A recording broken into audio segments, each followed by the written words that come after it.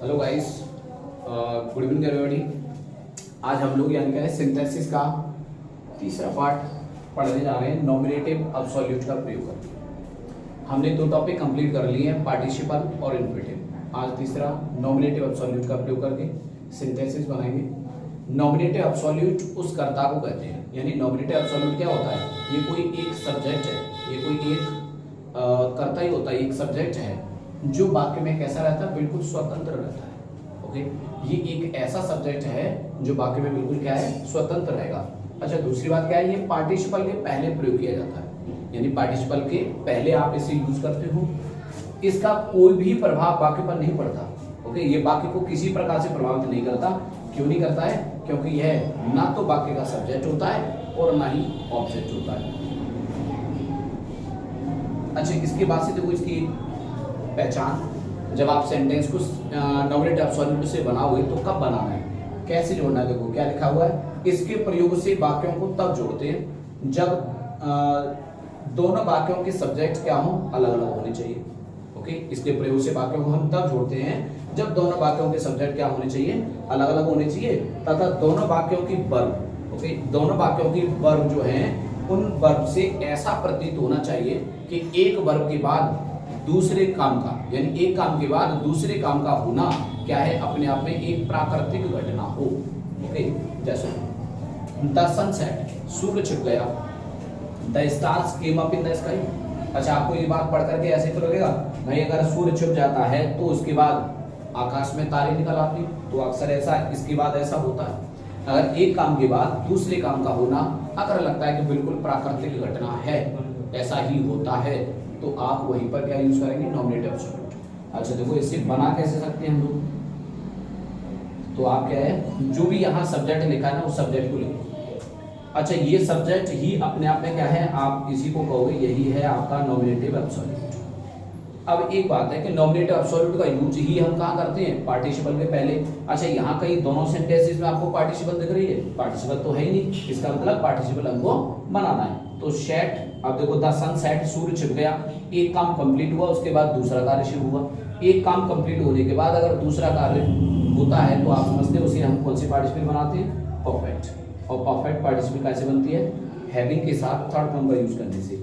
और सेट का third form भी क्या होता है, सेट ही होता है। तो सेंटेंस क्या बना, द सन हैविंग सेट। अच्छा, दूसरा वाला जो सेंटेंस है ना, वो आपको उसमें कोई चेंज नहीं करना, उसे आप एज इट इज रखोगे।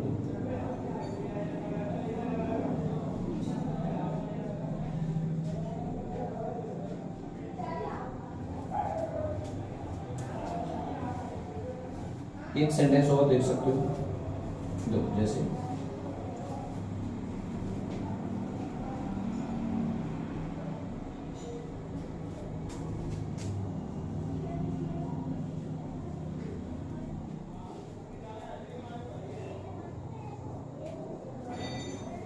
क्या लिखा हुआ है, द प्ले वॉज ओवर। खेल जो था ना, ओवर हो गया, कंप्लीट हो गया।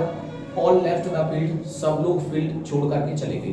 तो आप जानते हैं अक्सर ऐसा होता है, खेल खत्म हो जाता है तो उसके बाद सब लोग चले जाते हैं। तो आपको यही पहचान ध्यान रखनी है कि एक कार्य के बाद दूसरा कार्य ही होता है। ओके, बनाएंगे किस तरीके से, जो भी सब्जेक्ट है उसे एज इट इज रख लो, और उसके बाद से देखो ये क्या लिखा है, वॉच। जब आप इसे पार्टिसिपल में चेंज करोगे तो वॉच अपने आप में कौन सी फॉर्म है, सेकंड। भाई पार्टिसिपल बनाने के लिए आपको कौन सी फॉर्म चाहिए, फर्स्ट। तो वॉच का फर्स्ट फॉर्म क्या होगा, बी। इसमें आप आईएनजी लगाओगे, बीइंग ओवर। दूसरा सेंटेंस आपको कुछ नहीं करना है, एज इट इज रखना है, और लेफ्ट द फील्ड। ओके, अच्छा नेक्स्ट सेंटेंस देखेंगे, the movie was interesting, we enjoyed it. क्या है देखो भाई, अगर आप देखोगे कि एक काम के बाद दूसरा, ओके, दूसरे वाक्य का दूसरे यानी कि काम का होना ऐसा लगेगा कि इसके बाद यही तो होता है। तो देखो मूवी बहुत इंटरेस्टिंग, मूवी कैसी थी, इंटरेस्टिंग थी। अगर मूवी इंटरेस्टिंग थी तो एंजॉय करना आपको भी, यानी क्या है, बिल्कुल आप एंजॉय करोगे। फिर तो एक काम के बाद दूसरे कार्य का होना अगर ऐसा पाया जाता है तो समझ जाएंगे कि इस टाइप के सेंटेंस को बनाने के लिए हमें क्या यूज करना है, नॉमिनेटिव अब्सोल्यूट। ओके, अच्छा बनाना किस प्रकार से, देखो ये वॉच क्या है, तो तुम कहोगे ये बी का है। अगर इस सेंटेंस में कोई भी बी का रूप दे रखा हो, ओके, कोई भी बी का रूप दे रखा है, बी का रूप क्या क्या होते हैं, तो आप कहोगे जैसे इज है, एम है, आर है, वॉच, ओके, वर, ये क्या है, ओके, बी, भाई ये सभी यही तो है बी के रूप। अगर इनमें से कोई भी वर्ड यहाँ आपको सेंटेंस में दिया है तो आप उसे क्या करोगे, यहाँ पर पार्टिसिपल बनाएंगे तो बीइंग लिखोगे। रेडी, आपको यानी क्या है, यहाँ अगर कोई भी बी का रूप लिखा हुआ मिलता है तो आप क्या लिख लोगे, बी। बाकी का और कोई चेंजिंग नहीं करना, सिर्फ आपको बीइंग लिख लेना है, ओके। उसके बाद से आप जो भी लिखा है वो आप लिख दो, ओके। और कोई भी चेंजिंग नहीं करनी, सिर्फ आपको ये देखना है, यहाँ अगर वॉच यानी बी का रूप है तो बी करो, बी का रूप नहीं है तो हर जगह क्या लिखोगे, हैविंग। ये कब लिखना है, जब बी का यूज नहीं हुआ है तब, ओके। दूसरी बात देखो क्या है, दूसरा सेंटेंस है, the rain was plentiful this year, इस साल बारिश बहुत अच्छी हुई, द राइस इज चीप, और आप जानते हैं कि अगर बारिश अच्छी होगी तो चावल भी अच्छा होगा, तो सस्ता तो होगा ही। एक काम के बाद दूसरे काम का होना कैसा है, आपको लगेगा बिल्कुल कॉजल इफेक्ट है, ओके। सेंटेंस बनाने का तरीका, द रेन, अच्छा ये चेक करो बी का रूप है कि नहीं, तो आप कहोगे हाँ बी का रूप तो है। अगर बी का रूप है तो आप क्या लिख दोगे इसको, बी, और बाकी का कोई चेंजिंग नहीं करना।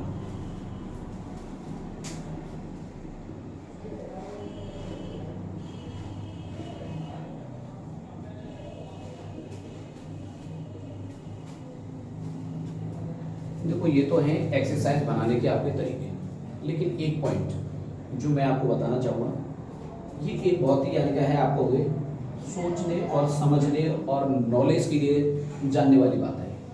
एक सेंटेंस लिखा है, he took food, he went to bed. अच्छा, इस सेंटेंस को हमने यानी क्या है परफेक्ट, जब हम पार्टिसिपल बना रहे थे, अपनी पार्टिसिपल वाली एक्सरसाइज जो पढ़ी होंगी, तो उसमें हमने क्या किया था भाई, इसके बाद से हमने सीधा क्या रखा, थर्ड फॉर्म,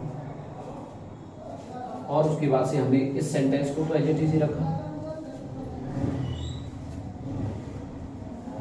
अच्छा, एक बात जो हमें जानने वाली है, देखो इस सेंटेंस को देखो और इस सेंटेंस को, ये सेंटेंस भी हम लोगों ने यानी क्या है बीइंग से, पार्टिसिपल से बनाया है। इससे पहले का सेंटेंस वो भी हमने हैविंग से बनाया, और ये भी हैविंग से बनाया।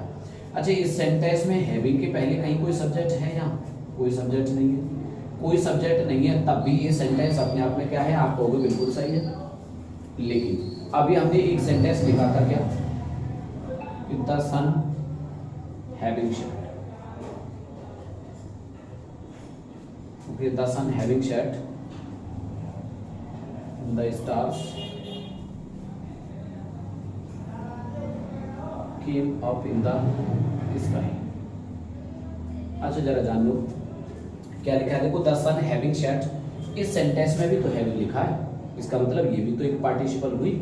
पार्टिसिपल हुई तो इसके पहले तो सब्जेक्ट दिया, इसके पहले सब्जेक्ट दिया नहीं दिया, ये सेंटेंस अपने आप में आपको बिल्कुल ठीक है, यानी हैविंग के आगे सब्जेक्ट ना लगाएं तो भी ठीक है। दूसरा सेंटेंस जो लिखा है ना, द सन हैविंग शर्ट, क्या इसमें से आप ये द सन हटा सकते हो? अगर जैसे आप इसे हटाओगे तो ये गलत हो जाएगा। क्यों गलत हो जाएगा जानते हो भाई? यहाँ हम क्यों हटा सकते हैं? अगर यहाँ से हटाने पे गलत होगा तो फिर इसके सामने भी तो सब्जेक्ट नहीं है, फिर ये क्यों सही है? ये एक जानने वाली बात है। अच्छा देखो इसके लिए फैक्ट क्या है, जरा थोड़ा सा विचार करेंगे आप जानोगे। देखो ही और ये आगे लिख रखा है हैविंग टेकन फूड, खाना खाकर ही वेंट टू बेड, वह सोने चला गया। इसका मतलब खाना खाने का कार्य और सोने जाने का कार्य, दोनों काम को करने वाला पर्सन एक ही है। अगर दोनों का पर्सन एक ही हो तो फिर आपको सब्जेक्ट यहाँ एक्स्ट्रा लगाने की जरूरत नहीं होती। अब यहाँ से हम क्यों नहीं हटा सकते? आप जरा सोच के देखो, सब्जेक्ट क्या है आपका? सन। यहाँ सब्जेक्ट क्या है आपका? स्टार्स। क्या आप दोनों एक ही सब्जेक्ट हैं? नहीं है। अगर दोनों के सब्जेक्ट अलग अलग हों तो तुम्हें दोनों के सब्जेक्ट अलग अलग लिखने होंगे, और सब्जेक्ट अगर एक ही है तो याद रखो सब्जेक्ट रिपीट करने की जरूरत नहीं होगी। Okay, this is the point.